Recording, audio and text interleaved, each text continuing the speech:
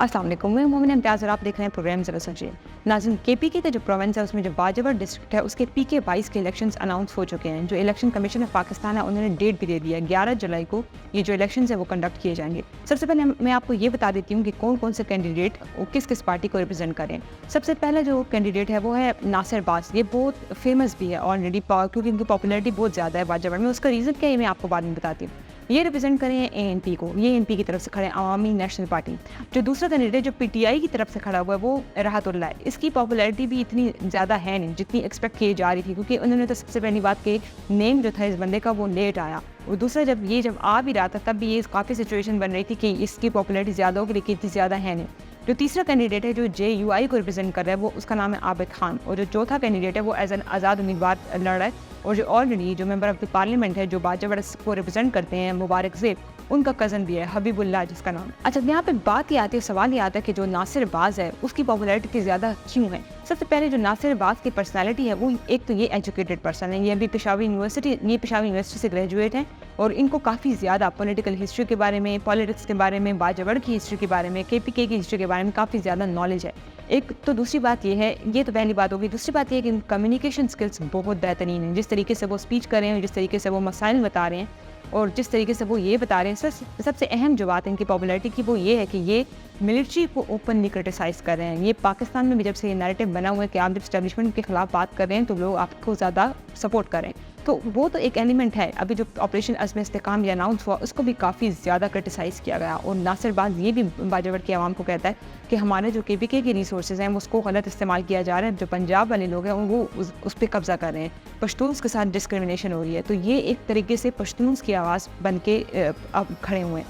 पश्तून्स की आवाज़ के अलावा भी वो क्या है, बाजवा के लोगों की आवाज़ है। इनकी एक दूसरी अहम बात ये भी है कि इनका पॉलिटिकल बैकग्राउंड है। इन्होंने खुद अपने एक इंटरव्यू में कहा कि हमारी सदियों से हम एफिलिएटेड हैं जो एएनपी अवामी नेशनल पार्टी है, और हमें इन तमाम मसाइल के बारे में पता है। और ये इनकी अहम बात ये है कि ये एक एजुकेटेड पर्सन है। अगर हम पीटीआई की कैंडिडेट की बात करते हैं और हम बाकी कैंडिडेट की बात करते हैं, उनकी भी जो विजन हो गया, या हम बोल सकते हैं कि अगर बाजवा की हिस्ट्री के बारे में या जो फ्यूचर के बारे में उनका व्यू है वो भी अच्छा है। अगर आप उनके भी स्पीचेस देखते हैं तो वो भी अच्छे, उनको भी काफ़ी सपोर्ट मिल रही है। लेकिन इस वक्त इनकी जो सपोर्ट है वो पॉपुलैरिटी है वो बहुत ज़्यादा है। जो पीटीआई की कैंडिडेट है वो भी बाजवा की डेवलपमेंट के बारे में, यूथ के बारे में, उनके फ्यूचर के बारे में बात करते हैं। लेकिन नासिर बाज़ जो है वो काफ़ी ज़्यादा, उनका मैनिफेस्टो अगर आप देखिए नासिर बाज़ का जो एएनपी की तरफ से खड़े हैं तो वो काफ़ी ज़्यादा बेहतरीन है। उसमें इन्होंने हर चीज़ मेंशन की हुई है कि हम बाजवा का फ्यूचर क्या होगा, उसका विजन क्या है, उसकी डेवलपमेंट के बारे में किस तरीके से हम रिप्रेजेंट करेंगे। तो ये सब चीज़ें क्या है, ये सब चीज़ें कंट्रीब्यूट कर रहे हैं जो सपोर्ट है, जो पॉपुलैरिटी है इस वक्त नासिर बाज़ की। उसमें नासिर बाज़ की एक और अहम बात यह है कि वो उनका जो नारा है, वो जो सबसे फेमस नारा है वो अमन का नारा है। क्योंकि आप उनकी जो स्पीच देखते हैं, जो भी वो कम्युनिकेट कर रहे हैं आवाम के साथ भी, तो वो अमन की बात करें। और ऑलरेडी जो केपीके का जो हम सूबा बोलते हैं या इस तरह के साइड एरियाज हैं, बाजवा हो गए या कबायली इलाके हो गए, इसमें अमन को जो लोग सपोर्ट करें, जो लोग उसको की बात करते हैं तो लोग उसको काफ़ी सपोर्ट करते हैं, क्योंकि ऑलरेडी इन्होंने काफ़ी ज़्यादा जो मिलिट्री को देखा है या टेररिस्ट अटैक्स देखे हैं, क्योंकि इन इलाकों में ज़्यादा होते हैं। तो ये अमन की भी काफ़ी ज़्यादा बात कर रहा है, हर बात में ये अमन को इनका एक तरह से मैनिफेस्टो का मेन हिस्सा है। तो ये चीज़ भी काफ़ी ज़्यादा उसकी पॉपुलैरिटी में कंट्रीब्यूट कर रही है। यहाँ पे एक और अहम बात ये भी सामने आती है कि जो हम कहते हैं ना कि सिंपैथी की बिना पर इस पार्टी को वोट पड़ गए या इस बंदे को इसलिए पड़ गए क्योंकि ये इनके साथ एक वाक़या हो गया था, या इमरान खान को, फॉर एग्जाम्पल इमरान खान की बात करते हैं कि उनको जेल में डाला गया, इस वजह से पीटीआई भी जीत भी गई।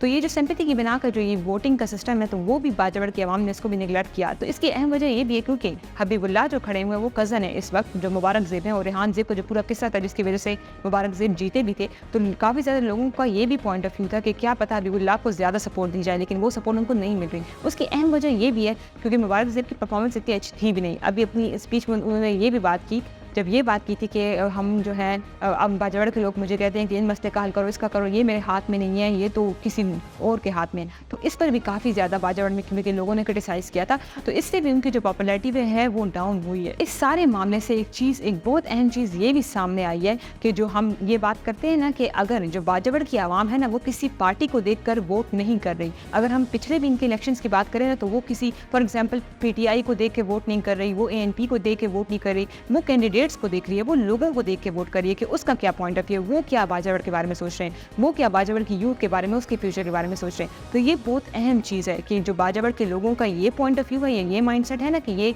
इंडिविजुअल को देख के वोट दे रहे हैं, तो ये एक अच्छी डेवलपमेंट है जो बाजावर में हुई है। अब तो ये बाजावर की आवाम पे डिपेंड करता है कि वो किसको इलेक्ट करते हैं, लेकिन इस वक्त ज़्यादा चांसेस हैं वो नासिर अब्बास के हैं।